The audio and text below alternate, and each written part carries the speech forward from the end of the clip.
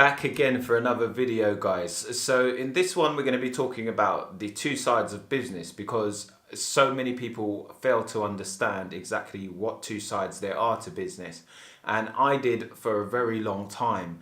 Now what you really need to establish online is that it's no different to brick and mortar businesses. So a majority of the time, when people are making buying decisions, the same methodologies and strategies or psychology applies, whether it's online, offline, or 10 years ago, 50 years ago, and in the next 100 years, because people are people and we think in the same way. Although we evolve and develop, it's only obviously within certain areas, and the same sort of decision making tactics or methods that we use doesn't really change. So it might be altered but won't really change in regards to the foundations. So what it is I basically want to explain in this video exactly what the difference is between a front end and a back end of a business. So when you see like all these different traffic generating places, you fail to understand exactly where the money's being made in the majority of these online businesses. So you might see the front face of a shop and not really understand what's going on behind the scenes in that sense. Yeah. So what it is when you see like people with YouTube channels, or people with a blog, or people with some type of Instagram following or social media, Facebook or whatever else it is, or even if they're using paid advertising, you're failing to understand the process that's going on in the back of their business. So what this is explained in is being a component thinker to a systems thinker. So Sam Ovens was the guy who I learned this strategy from, and how to really understand this. So what it is when you think of, I always use the relation to a car engine. If you had just the engine alone with nothing else, then you would have no car, because the engine alone cannot work without all the other components. So you've got like your oil sump, your gearbox, your clutch, your filters, your oil filter, your air filter, you've got all of your HT cables, all of these different things. So I always make that relation because I'm an ex-mechanic, and that's my sort of perspective on things, is from a mechanical standpoint or mechanical perspective. So if we look at this, you can say that if you were to take away one of those components, you'd have no car. Like basically it will run rough, like in that sense. And we all know that. So the way to really ensure that it runs smoothly is to make sure that it's well taken care of and all components are in good full working order. So it's the same way that you need to approach your business. Now, what you really need to understand is the front face and the back end of your business. So a majority of the cash for any business online, quote unquote, is made in the back end. So what that is basically when you've got your front face, these are all the things that make traffic.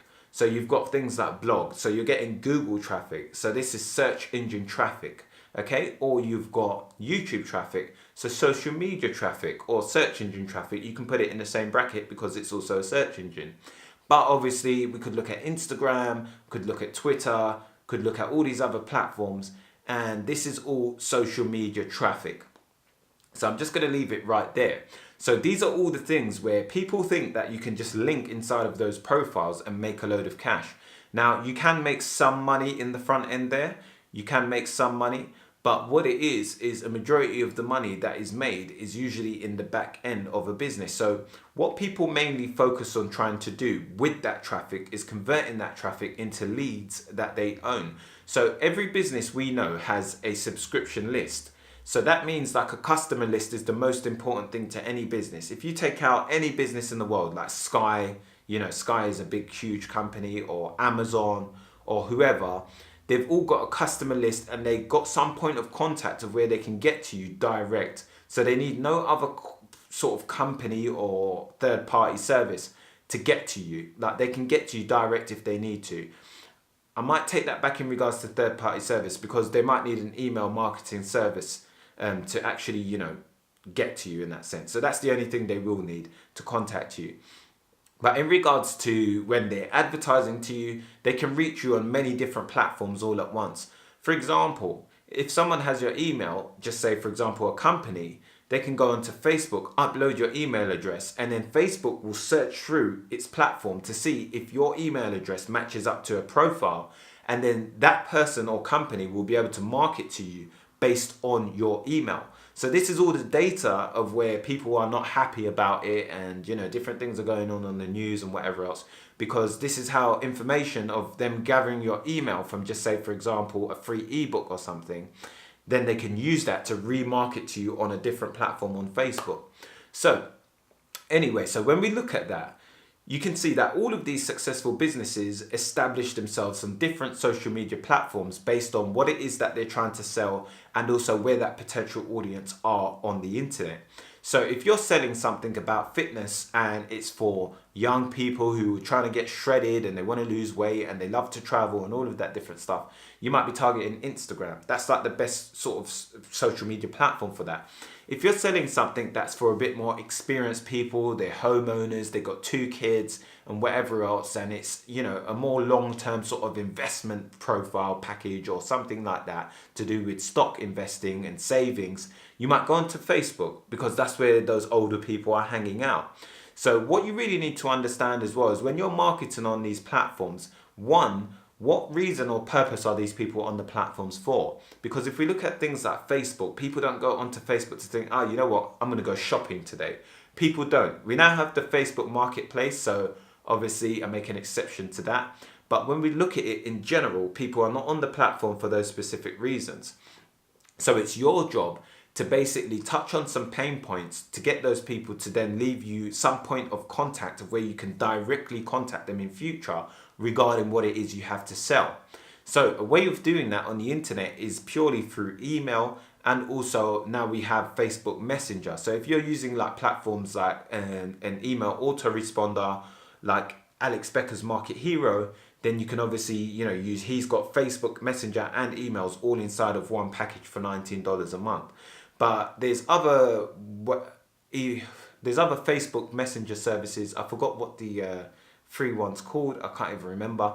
But basically, you can go online and there's a free messenger service. You can use it up to, I think, 1,000 subscribers on your list. But what it is you want to get a point of contact. So if the internet went down today or YouTube was taken away, you can get some form of contact with your customer. So the process of really getting people all into your funnel is to build up know, like, and trust. So that's trust, rapport, and for them to create some type of fandom with you. So what it is basically, when you've got people to like you and trust you, then they can potentially make a buying decision on what it is you have to offer. But this is why I believe it's the most important skill set that you need to learn, copywriting and how to sell. Because if you know how to sell, you'll be able to know what to do with the traffic once it gets to you. Because what happens is I basically was online for ages, months, and I was getting traffic and getting leads, and I didn't know how to sell to the leads. Reason being, I didn't know how to write emails. I didn't even know how to write my advertising copyright. I didn't know how to write any type of techniques of selling, or how to pitch it, to speak it, or anything like that. So that's still a work in progress. But when we look at it, obviously everything is associated around selling. So you need to learn sales. I personally recommend you go and buy some books on how to do it, because you can get sort of, in that sense, clouded with all of the noise on the internet. So all of these marketers pulling you left, right, and center will tell you all these different tactics and methodologies. But I think if you just read a book and you just take in that information like that, you'll be able to really allocate and see exactly how these processes work. And a lot of them are books that are available on Amazon, and they've been written by some of the greatest people of our time. So some of the people who've written the best sort of sales letters and copy on the internet, full stop, period.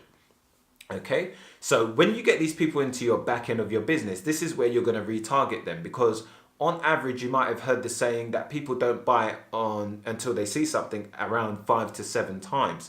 So this is based on impressions.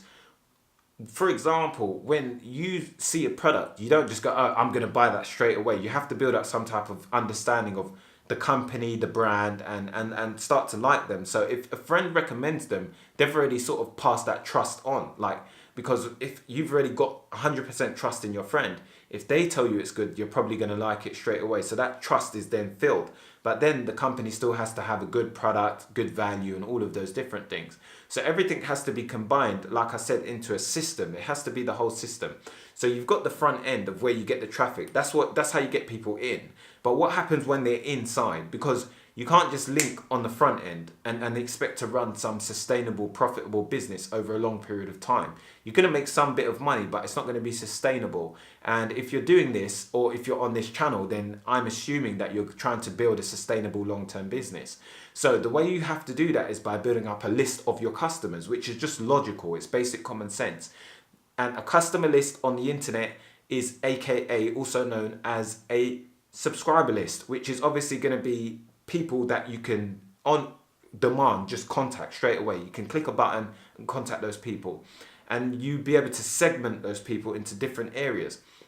And on the internet, like I said, that's an email list. So by having an email subscriber list, you'll be able to basically on demand contact people within certain niches and market to them and retarget them again and again and again. And the more familiar you get them with your brand, the more sales and revenue you're going to drive from that list. So for example, if you had a fitness program and you've got a fitness YouTube channel, you might link here and there to Amazon products and whatever else, but the main focus you should have is giving away some sort of bait lead magnet, like a freebie, to get those people into your email list, bring them into your system, and then let your automated system do the work. So they might receive a series of automated emails. And this is why you need to learn copywriting, because if you then write those emails and they're crap, then you're not going to make no money, nor are they going to trust you or like you. So you need to understand how to write it. And I was going through courses, believe you me, I bought Alex Becker's course for $1,000, which was brilliant, but I still didn't get it to a T of the copywriting and all of that, because it's not emphasized in all of these courses. So even at $1,000, it wasn't emphasized. And there's no sort of downfall to Alex Becker. That's my fault, because I couldn't understand it to that degree. And this is just the way that I learn and how I recommend that you would take the approach from a beginner standpoint. So once you've established, obviously, copywriting, you'll understand how to format the message in that right way. You'll understand how to write headlines that are captivating to get people to click, and then how to touch on pain points to then get people to actually read your emails and enjoy those emails. So you'll know exactly every time you sit down on the computer how to write it all out, and you'll enjoy it once you get good at it. All of this can take up to like 6 months practice to a year or years to come, because it's a skill that you constantly get better at. So it's not overnight. It's not something that you can learn and then apply straight away and get success. It's just something that you can get a template for and start to build on in that sense, yeah? But you will get some successes. I'm not saying you won't. Like, you might go out there and just plaster it. Good on you if you do. But it's just a guideline. And the book that I've got here, let me just show you. This is the book that I recommend. This is the one that I recently read. I've also got another one by Dan Kennedy. I'm going to take a read through a few of them. There's Breakthrough Advertising, Copy That Sells. This is really good though. This is about emails, blog posts, everything. Video sales letters, copyright sales letters, everything in one. And it just shows you exactly how to write headlines that captivate, and the funny thing is, the headline that I use from this book, honestly, on a serious note, is my highest viewed YouTube video so far. It was how to write a blog post every day. I thought, let me just test it and see. And it's actually got the most views out of all of the videos. So I don't know, if you think that's a good headline, maybe you do. I didn't think it was like fantastic, but it works because it's from this book and it got the most views. And I didn't do anything special with that video. Okay, but yeah, that's it. So I recommend you go and learn copywriting, and you'll be able to comfortably then do email marketing, because then you know, okay, email 1, 2, 3, 4. You just need to write it, because then you know what to write. You know, if you don't know copywriting, you won't know what to write in the first place. And you know how to write persuasively. So you'll be able to make people do things like to click links inside of your email, and how to, you know, you understand the psychology, because he explains inside what you need to be doing in every single email, how to get people into the motions of trusting you and taking actions that you want. In every single email, you should be getting some type of success. Not always monetary, but sometimes getting people to click things and do things and whatever else. But yeah, that is it. So in the back end is where most of your money is made. So if you've got a business today and you've got a social media platform following or whatever else, you really need to focus on building an email list and building a subscriber list also on Facebook Messenger or any other platforms that have means of direct contacting your customers. So that means if YouTube goes down today, or Facebook, or whatever platform you've got a following on, do you have means of contacting your subscribers?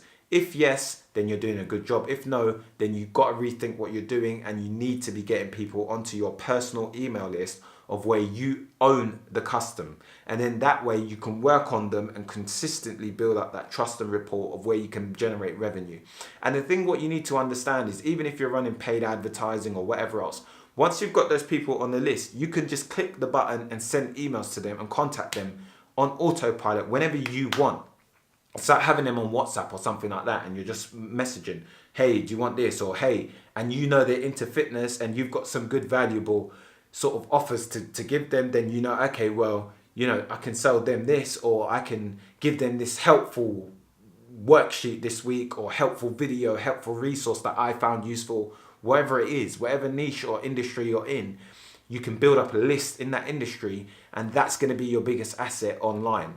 So I hope you can get some more understanding and clarity on exactly what a back end of a business is and what a front end is, and why you should be solely focusing on your back end and how to grow that. And this is where you then build up lifetime value with customers. So you realize, oh, well, I've had this customer and they stay on with me over a period of 6 months on average, I generate $1,000. So then you know, okay, well, every person that comes in and sticks, they stay for about 6 months and spend about $1,000. So now when you go and spend on advertising, you know you're prepared to pay up to maybe 500 for a customer, because you know you're still going to double your money on average, you know. So this is what you really need to be doing. So if you've got an Instagram business, Facebook, whatever you've got, you really need to be focusing on giving something away for free, setting up an email automated service. Read that book. You need to read that book.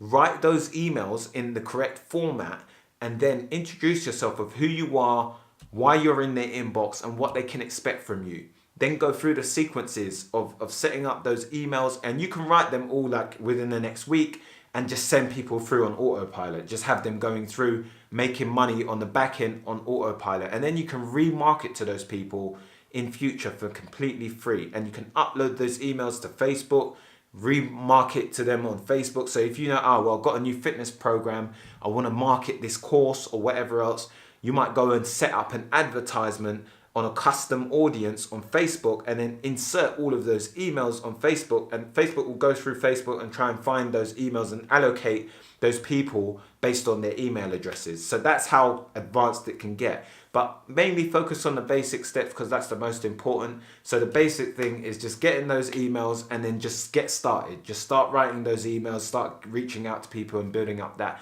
audience trust, like, and rapport. And that is about it, guys. So if you enjoyed that video, make sure to leave a like and subscribe for future videos just like this one. I hope you have a great new year. Take care, and I'll speak to you soon. Peace.